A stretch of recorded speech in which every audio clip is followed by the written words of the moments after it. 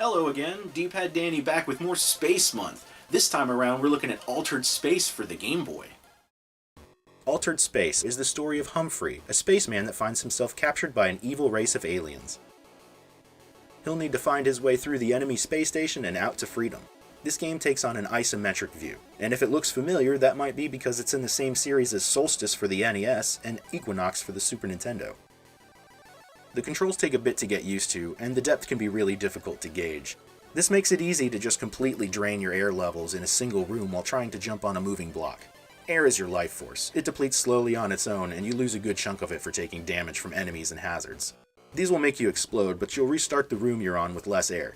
If your air reaches zero, it's game over. No continues. There's not even a stage select code that I could find. This game is not messing around.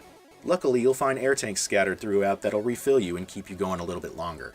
There's items you can collect as you make your way through the space station, and some will have obvious uses, like keys to open doors. But then there's all sorts of space-age contraptions you'll obtain.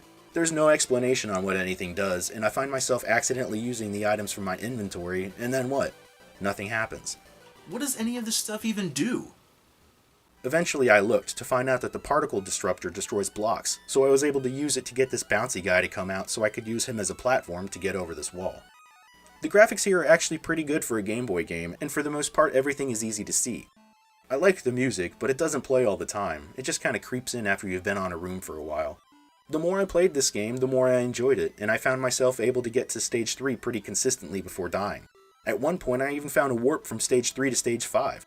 There's lots of pitfalls here. If you fall, you'll plummet to the stage below and have to redo previous areas.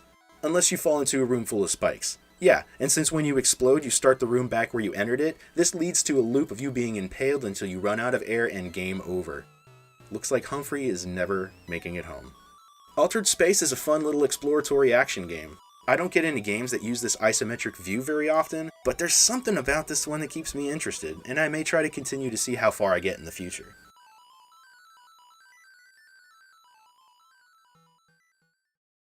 Well, that's Altered Space for the Game Boy. Be sure to check back next week to see what's in store as we conclude Space Month. I'm D-Pad Danny. Thanks for watching.